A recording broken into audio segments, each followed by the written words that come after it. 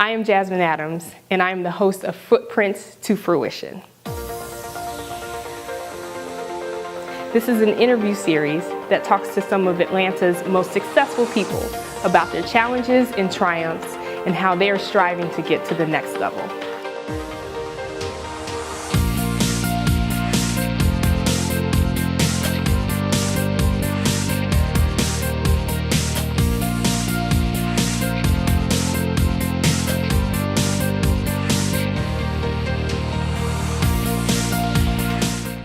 I am Jasmine Adams, and I'm the host of Footprints to Fruition, and today we are sitting with two amazing, phenomenal women.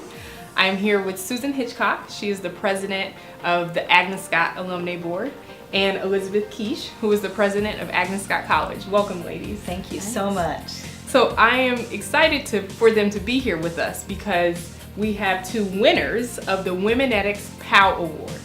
And so before we start talking about women's leadership, first I'd just love to kick it off with Susan. Tell us a little bit about what the Womenectics POW Awards are. Okay, great.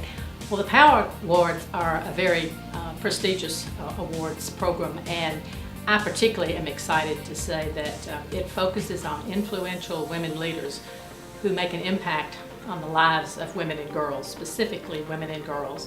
And the POW Awards have been around for 6 years. They are presented every year in Atlanta and Chicago. There are only 100 women who have been inducted into the Womenectics POW Awards Hall of Fame, and Elizabeth, of course, is about to be inducted. And I couldn't be more excited, and I couldn't think of a better honoree. Thank you, and Susan's a wonderful previous honoree. I love it. Well, first of all, congratulations. Thank you. And so one of the reasons you all have been inducted into this Hall of Fame is because of your numerous contributions to women's leadership. Can both of you share what are some of the things that stand out to you that have made a lasting impact in women's leadership? Well, for me, I've been kind of passionate about women's leadership since I was in college. Okay. But for the past 10 years, I've been fortunate enough to be here at Agnes Scott, which is all about educating and empowering women leaders. But this year, I feel that we've taken it to a whole new level, and it's the culmination of a lot of work and team effort for us to launch Summit, which is our new initiative. It creates a unique experience at Agnes Scott for all students. All students get a core curriculum focused on leadership development and global learning, and all students, regardless of major, build their own board of advisors. And so I think that will have truly a lasting impact on every student, and we're also preparing them to be leaders in a global society by taking every student in her very first year on a faculty-led global study tour. So I can't wait to see what these young women do as they go out into the world. That's amazing that you are the pioneer of this extenuating experience for these students, and not only to start it here at Agnes Scott, but to hopefully spawn a tradition within the school and across education. That's Absolutely, great. and we're the first college in the country that's providing this particular cluster of experiences, so Wow. it's really exciting. Wow. It is phenomenal. And Susan, what about you in terms of a lasting impact that you feel you've made to women's Well, leadership? I would hope that my legacy would be the recognition of a long-standing advocacy for women's advancement and women's leadership, particularly in the business world, because that's a big part of my background. But I guess I'm most proud of one single thing. Under the banner of the TurkNet Leadership Group, I founded something we call the Women in Leadership Seminar Series. And we're now in our 13th, almost 14th year of monthly programs. And what we're able to do is to bring outstanding leaders like Elizabeth Keish to speak about their journeys, not only their career journeys, but also personal journey in life, and share it with a group of women, from young professional women to senior executives. Amazing, amazing. And I've had the pleasure of attending one of the seminars, and I agree with you. It definitely lets you leave rejuvenated and inspired, and I love that.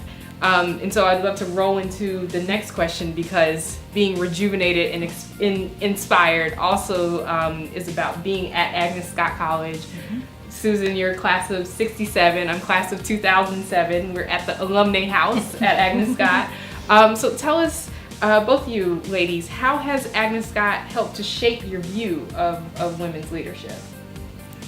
Well, for me, this was my first experience of being at a women's college when I came here as president, though I'd been involved in kind of women's efforts for many years. And I've come to so appreciate the magic of a learning environment that is completely focused on women.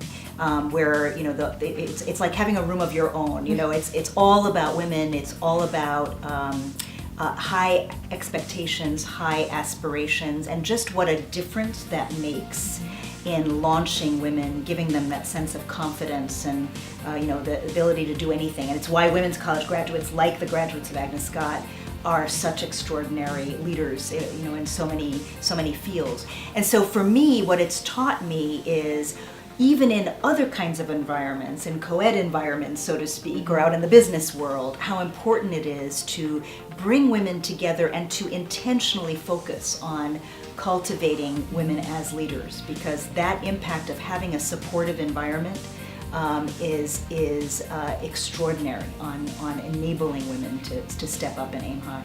Yes, I love that. What about you, Susan? Well, I think of my personal experience, which was coming to Agnes Scott as a innocent young woman from a small town in Kentucky, and being academically strong but not necessarily really feeling like I was much of a leader.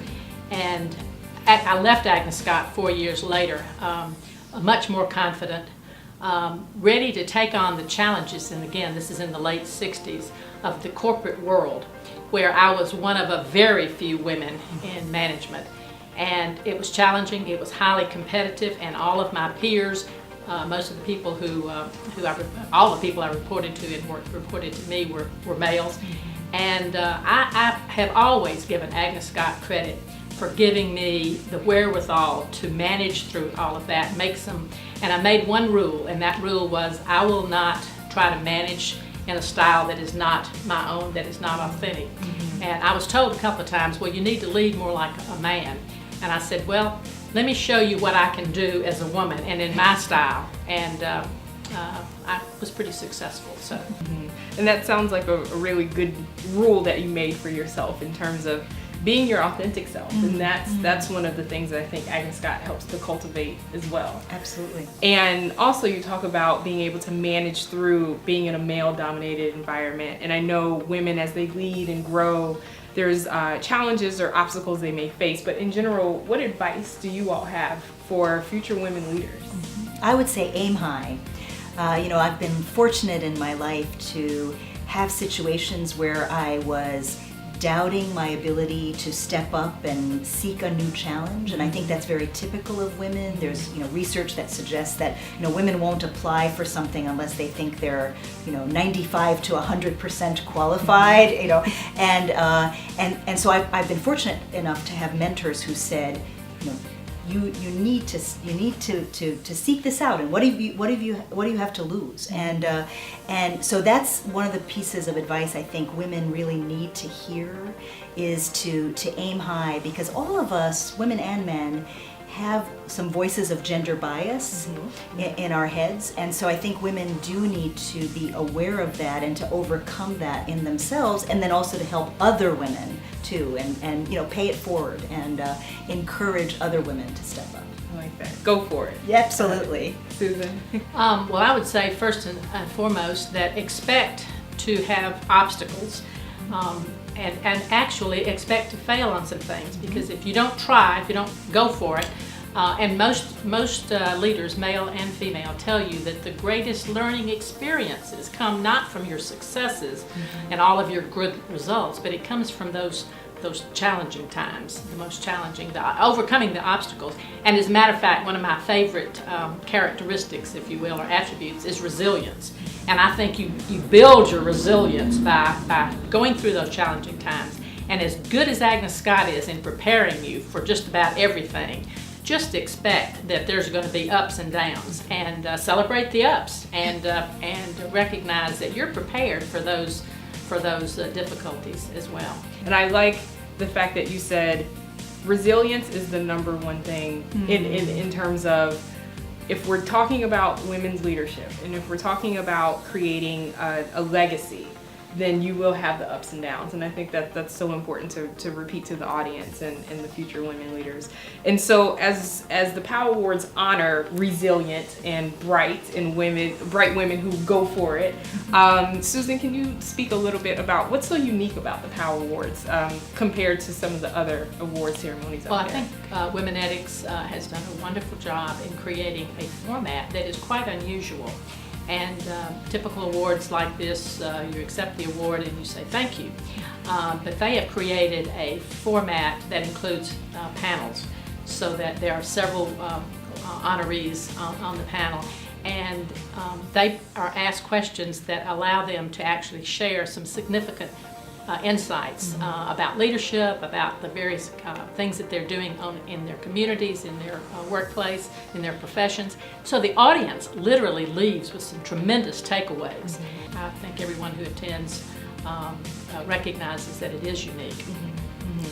And since the both of you are now among this rank of amazing women leaders, I'm curious, what do you see for the future of women's leadership? I really see the impact of this women's leadership revolution as being moving us forward on some very important problems and challenges that face the world. And I'm proud of the great young leaders like you that are out there making a difference and building a better world. Thank you. And those words of advice right there about broadening the spectrum, about new solutions, that's so powerful and inspiring to hear. So thank you both. I appreciate it. And everyone, stay tuned. Always keep watching Footprints to Fruition. For more information and to see the interviews, subscribe to my YouTube channel and follow me on Instagram and Facebook. #CareerCombos.